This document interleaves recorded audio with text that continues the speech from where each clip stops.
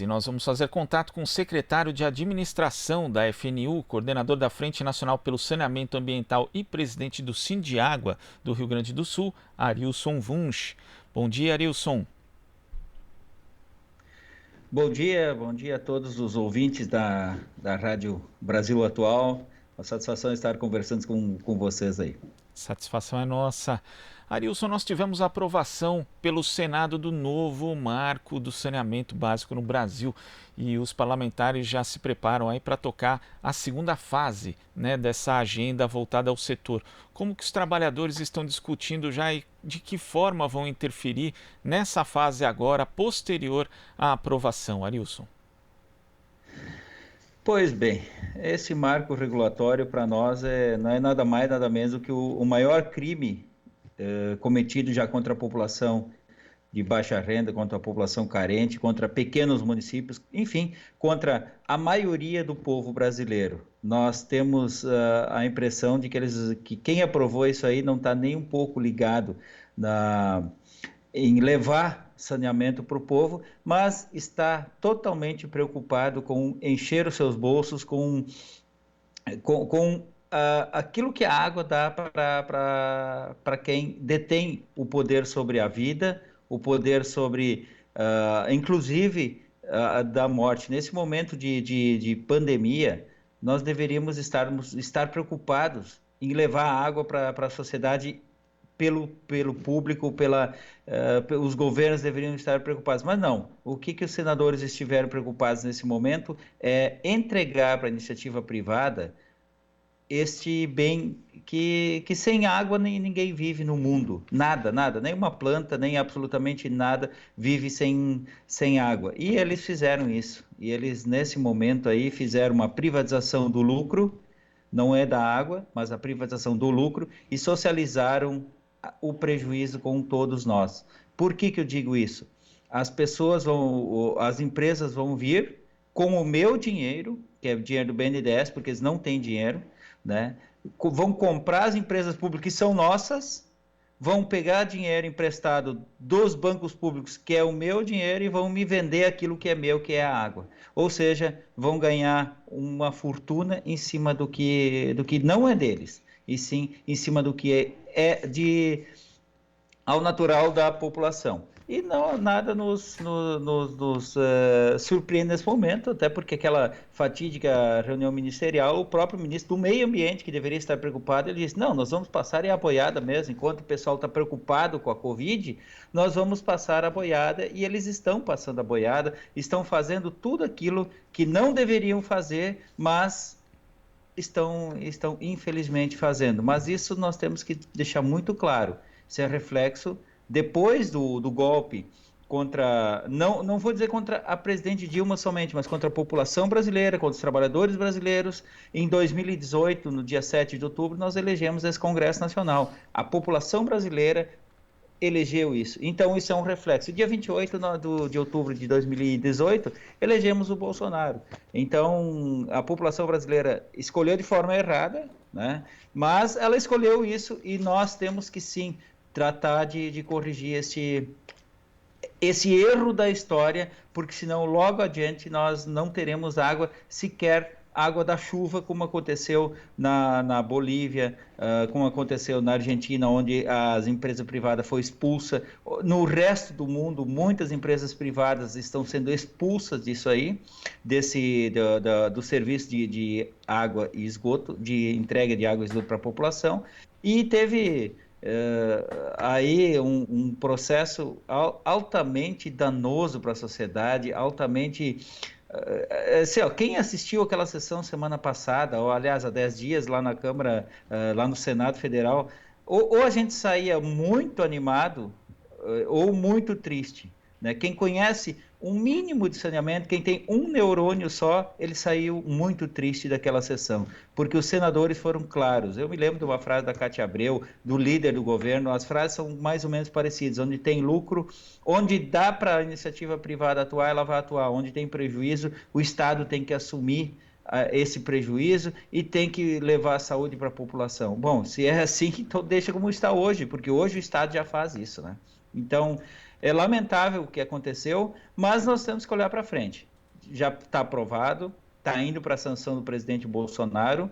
Lembrando sempre que esse é um projeto do presidente Bolsonaro, claro, com o Tasso Gereissati na retaguarda, porque esse projeto está cheio de interesses corporativos. A Coca-Cola tem muito interesse nisso, porque ele, após a privatização, ele cria, na sequência, com o projeto 495 do próprio Tasso Gereissati, ele cria o mercado da água. E aí sim, aí vem essa é a segunda etapa, porque eles vão tentar tocar logo adiante aí. Primeiro eles vão dizer que vão colocar investimentos, mas a segunda etapa é criar os mercados da água, e aí nós estaremos um pouquinho mais lascados, né, como se diz aí na gíria popular, em cima disso. E aí nós temos que buscar o STF, buscar tudo que nós temos de direito dentro da lei, porque o projeto está cheio de inconstitucionalidades. Entre elas, tira do município o poder de decisão.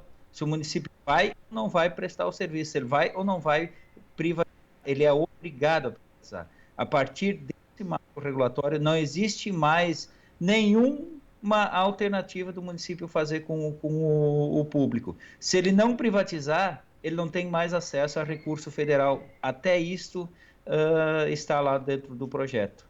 Enfim, uma verdadeira granada no bolso, não dos funcionários públicos, como o Paulo Guedes disse, uma verdadeira granada no bolso da população brasileira, principalmente nós que sabemos que o Brasil tem uma gama muito grande de baixa renda, principalmente para essas pessoas mais pobres. A gente sabe que mesmo após a sanção do presidente Jair Bolsonaro, que deve sancionar talvez sem vetos mesmo o marco legal, ainda existem diversos dispositivos que devem ser regulamentados, que seriam até no próprio Congresso Nacional. Você acredita então, Arilson, que pela composição do Congresso Nacional é impossível barrar a privatização da água ali no Legislativo? A via judicial mesmo é a estratégia mais acertada nesse momento? Politicamente, nós não vamos conseguir fazer mais nada, tá? O Congresso é esse que está aí, é um Congresso conservador, entreguista. Eles se dizem patriotas, mas patriotas para quem, né? Patriotas para quem? Não existe esse patriotismo, existe um entreguismo do Brasil para o capital estrangeiro. Como eu disse há pouco, várias empresas estão sendo expulsas das suas cidades, onde tem a privatização, e onde é que elas viram um grande mercado? É no Brasil, porque nós temos água suficiente aí por 250 anos, caso terminasse a água do mundo, para sustentar o mundo, nós temos essa água. E é isso que eles estão de olho. Eles não estão de olho somente na prestação de serviço. Talvez a prestação de serviço não seja o grande filé deles, mas sim estar donos da água. E politicamente, como eu iniciei dizendo, nós não conseguiremos nada, porque o Congresso é isso que está aí, já deu demonstrações do que ele vai fazer, e aí só nos cabe o STF para inconstitucionalizar ou tentar barrar esse projeto que é criminoso. Ele não é nem nefasto, ele não é um projeto ruim, não, ele é criminoso, isso a gente diz e repete com todas as letras. O projeto do Bolsonaro, junto com esses senadores que apoiaram, a gente sempre chamou o Tasso Gereissati de senador Coca-Cola, junto com o senador Coca-Cola, ele criminaliza o saneamento e deixa as pessoas sem saneamento. Isso é muito difícil de conceber, porque até qualquer um de classe média para baixo vai começar a ter dificuldades para ter água em casa, para pagar a água, porque eles vão ser donos e terão o poder sobre a vida das pessoas, e isso nós não podemos deixar de jeito nenhum, e eu acho que sim, o único jeito nesse momento é através da judicialização desse marco regulatório, que também vai criar uma insegurança jurídica, e das empresas privadas de bobas não tem nada, né? Elas não vão se atirar nesse primeiro momento. Mas temos que chamar a atenção aí para uma coisinha. Quando você quer vender um produto bem, quando alguém vem na minha casa, ou vai na sua casa, ou vai na casa dos nossos ouvintes, querer vender um produto, ele faz um marketing muito bom. E o marketing deles foi, em 10 anos, transformar esse Brasil de passar até 99% de água, ou seja, dificilmente alguém vai ficar sem água, e 90% de esgotamento sanitário, ou seja, os problemas estarão resolvidos. Nós temos um exemplo de privatização aqui no Rio Grande do Sul, onde faz 11 anos e em 7 anos a empresa privada teria que ter feito a universalização. Eles estão no quarto aditivo de tempo e não fizeram absolutamente nada. É assim que funciona. E nisso eles estão recolhendo dinheiro. E, enfim, teríamos Manaus aí, de exemplo, teríamos o Tocantins para dar de exemplo de desastre da privatização, porque eles só querem os municípios ricos. Municípios pobres, como a própria que é do Tocantins, falou, os municípios pobres, o Estado vai lá e resolve o problema. O Estado que já está pobre vai ficar cada vez mais pobre nesse momento. Então, esse é um ano muito importante, que nós temos eleições municipais, nós temos que ir para cima dos prefeitos, dos candidatos a vereadores e dizer, pessoal, vamos fazer uma pressão política, mesmo sabendo que é um pouco mais difícil. Mas a questão jurídica, hoje talvez a gente já defina como vai fazer as estratégias, porque nós temos uma reunião agora à tarde do Coletivo Nacional de Saneamento, qual será a estratégia? Claro, tudo a partir da assinatura lá da sanção do governo Bolsonaro, porque hoje ele ainda é um projeto. Né? Quando o Bolsonaro assinar, ele vira lei. Aí sim, aí a gente consegue entrar no STF contra essa lei absurda e criminosa para a população brasileira.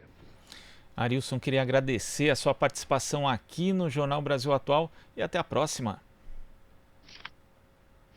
Valeu, eu que agradeço a oportunidade, nós em nome da FNU, em nome do Sindiago, em nome da Frente, agradecemos e não devemos deixar de lembrar os nossos colegas trabalhadores de saneamento que com toda a pandemia estão lá firmes e fortes, colocando água na torneira da população brasileira, com chuva, com sol, com frio, que nem está no Rio Grande do Sul agora, nós estamos com 8 graus, né? Enfim, frio, sol, chuva, não estão medindo esforços para colocar água para a população brasileira. Um grande abraço e até uma próxima oportunidade. Estamos sempre à disposição porque o tema é muito importante e a sociedade parece que está acordando neste momento para isso. Até a próxima. Até, Arilson. Conversamos aqui com o secretário de Administração da FNU, coordenador da Frente Nacional pelo Saneamento Ambiental e presidente do Sindiágua do Rio Grande do Sul, Arilson Wunsch. Você está ouvindo Jornal Brasil Atual. As notícias que os outros não dão.